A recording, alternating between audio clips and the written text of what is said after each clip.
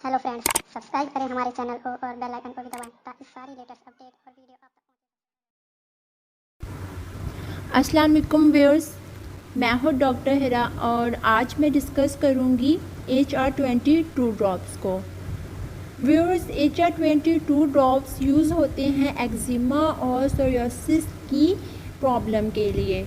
तो ऐसे पेशेंट जिनमें एक्जिमा की वजह से उनकी जो स्किन है बहुत ही उसकी लुक अनहेल्दी हो चुकी हो, स्किन बहुत ही ज़्यादा सेंसिटिव हो गई हो, ईचिंग बहुत ज़्यादा रहने लग गई हो और एक्जिमा की वजह से रेडनेस पाई जाती हो, स्किन पे स्वेलिंग हो गई हो और स्किन बहुत ज़्यादा इरिटेंट हो गई हो।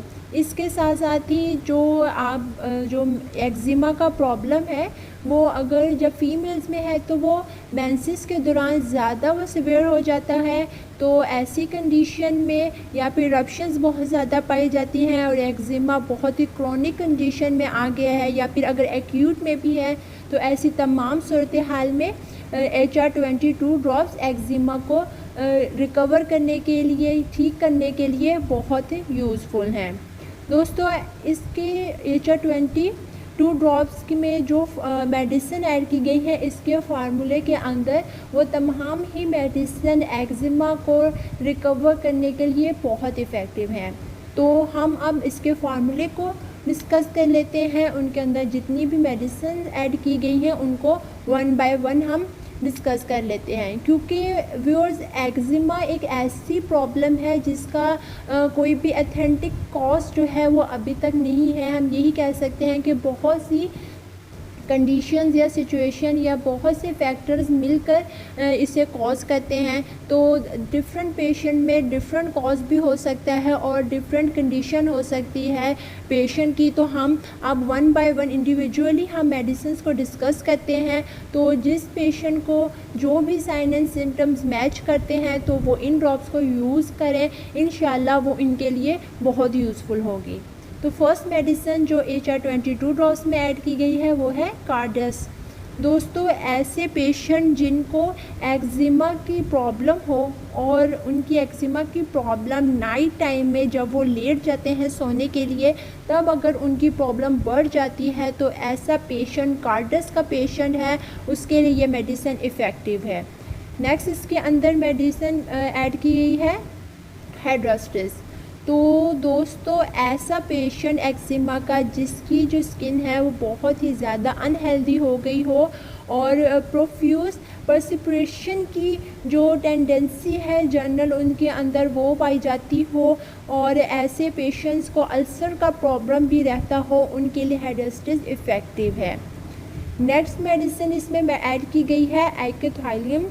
तो दोस्तों, एक्जिमा का ऐसा पेशेंट जिसके जिस्म में हीट बहुत ज़्यादा पाई जाती हो और उसे इरिटेशन पूरी बॉडी में ही बहुत ज़्यादा इरिटेशन पाई जाती हो, ईचिंग बहुत ज़्यादा होती हो स्किन के ऊपर और प्रेगनेंसी के अंदर भी उनको ऐसा मसला हो, साथ एक्नी भी हो, एक्जिमा के साथ साथ स्वेलिंग आना शुरू हो गई हो स्किन के ऊपर, तो उनके लिए ये मेडिसिन इफ़ेक्टिव है।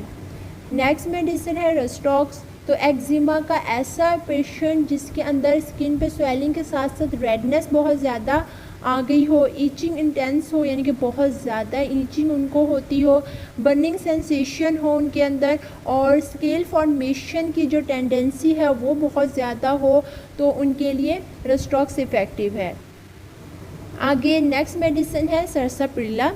तो दोस्तों, ऐसे एक्जिमा के पेशेंट जिनकी स्किन बहुत ज़्यादा हो, ड्राई हो और इसके अलावा जो ओपन एयर है, एक्सपोज जब होते हैं वो ओपन एयर में यानी कि खुली हवा में जाते हो तब उनको ज़्यादा इशू होता हो, उनकी जो स्किन है उस पर ख़ारिश होना शुरू हो जाती है, खुली हवा में जाने से उन्हें कोई आराम नहीं आता, स्किन पर ड्राइनेस बहुत ज़्यादा हो जाती है और जो हाथों और पाँव की स्किन है उस पर जैसे क्रैक से आ जाते हैं, जैसे एड़ियों पर क्रैक हो जाते हैं, इस तरह की उनकी स्किन हो जाती हो, तो उनके लिए सरसाप्रिला इफ़ेक्टिव मेडिसिन है। नेक्स्ट इसके अंदर मेडिसिन ऐड की गई है दोस्तों सल्फ़र।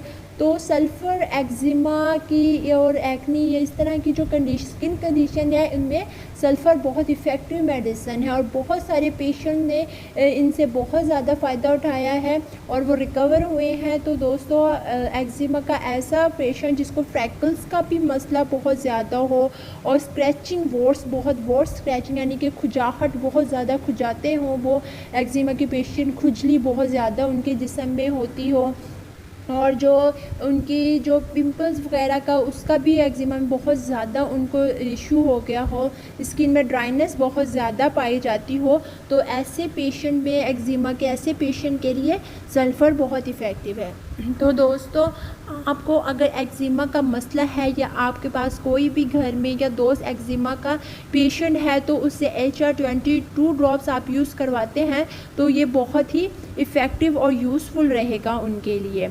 आपको अगर क्रोनिक है काफ़ी तो फिर आप इसे रिपीट कर सकते हैं 3 से 4 घंटे में, ये 3-3 घंटे के बाद भी आप इसे इसकी जो डोज़ है उसको रिपीट कर सकते हैं। आप इसे 20 ड्रॉप्स ले सकते हैं, 20 to 30 भी कर सकते हैं। अगर इल्डर्स में प्रॉब्लम है तो हाफ़ कप आप वाटर लेंगे, फ्रेश वाटर, और उसे 3 आवर्स के बाद रिपीट भी कर सकते हैं। और दिन में 3 से 4 दफ़ा आप इसे लें, ज़्यादा मसला है तो 4 दफ़ा नहीं तो 3 दफ़ा भी ले सकते हैं। लेकिन कुछ लोगों को बहुत ज़्यादा मसला होता है और जब उनको ख़ारिश बहुत ज़्यादा हो रही होती है वो बेयर नहीं कर पाते, वो टॉलरेटेबल नहीं होती, तो फिर वो क्या करें कि इस मेडिसिन को 3-3 घंटे के बाद वो रिपीट कर लें। तो इससे क्या है कि जो उनको ख़ारिश स्किन के ऊपर हो रही होती है, जलन जिसे बर्निंग सेंसेशन कहते हैं, वो बहुत ज़्यादा हो रही हो तो उससे उनको रिलीफ़ मिलेगा।